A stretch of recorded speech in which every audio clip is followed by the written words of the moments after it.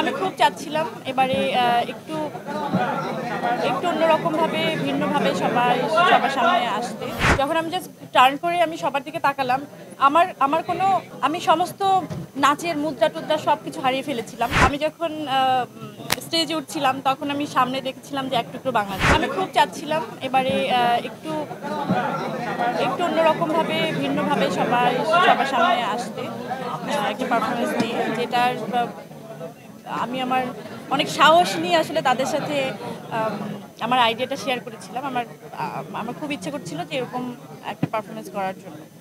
তারাও অ্যালাউ করেছে, তারাও অনেক খুশি হয়েছে আমাকে এত সুন্দর করে অ্যাপ্রিশিয়েট করেছে। তো আমার আরও কনফিডেন্টটা তখনই বেড়ে গেছিলো। আমাদের হাতে খুব কম টাইম ছিল, আমি খুব কম সময়ের মধ্যে এই ডিসিশনটা আসলে নিতে হয়েছিল। কিন্তু আমার মনে হয় সবার অনেক ভালোই লেগেছে, সবাই অনেক এনজয় করেছে।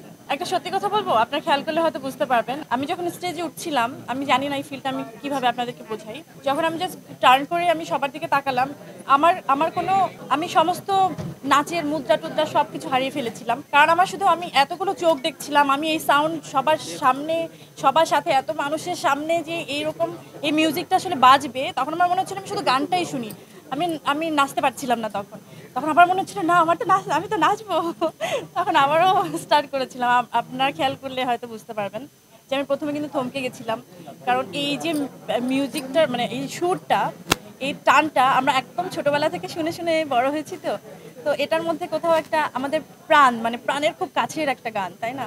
তো হ্যাঁ, আমি একটু স্লিপ করছিলাম ওই সময়। হ্যাঁ, হ্যাঁ, আমার মনে হচ্ছিল যে সামহাউ হয় না, ওই মাদারহুডের ব্যাপারটা তো আসলে ওই জার্নিটা তো আমি কমপ্লিট করেছি, বা আমি মাদারহুড জার্নিটার মধ্যে দিয়ে যাচ্ছি। তো ওই মা শব্দটার সাথে আমার অনেক বেশি হয়তো ওই কানেকশনটাই হয়তো সবাই দেখতে পেরেছে।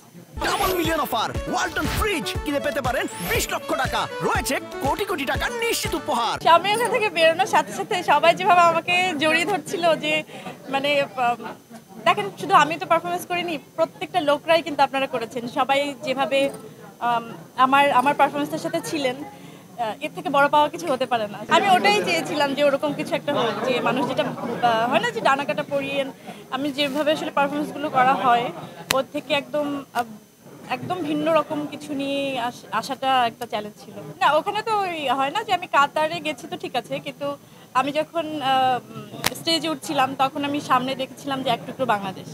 আমি শুধু বাংলাদেশকেই ফিল করেছি, আমার মানুষজনদের, আমার ভাষার লোকজনদের। তো আমার মনে হয়নি যে আমি আসলে অনেক দূরে চলে গেছি, আমার মনে হচ্ছে আমি বাংলাদেশের মধ্যেই দাঁড়িয়ে। হ্যাঁ, আজকে ফেলুবকশী টিজার রিলিজ হচ্ছে, ওখানে একটা হ্যাঁ আমি থাকতে পারিনি, ওখানে নেই, এজন্য আমার খুবই একটু দুঃখ লাগছে। কিন্তু দুঃখটা সামহাও পুষিয়ে গেছে যে সবার সাথে এরকম একটা পারফরমেন্স আসলে শেয়ার করতে পেরে। দুর্দান্ত, মানে আমি দেখেন, একটা কাজ করে আসাটাই অনেক বড় একটা ব্যাপার থাকে, যে যতটা হয় না এক্সাইটমেন্ট থাকে বা ভালো লাগাটা যখন কাজ করে যে একটা কাজ শুরু করছি, তার থেকে বেশি রিলিফটা লাগে বা শান্তিটা লাগে তখন যে আমি একটা কাজ সুন্দর মতো শেষ করতে পেরেছি।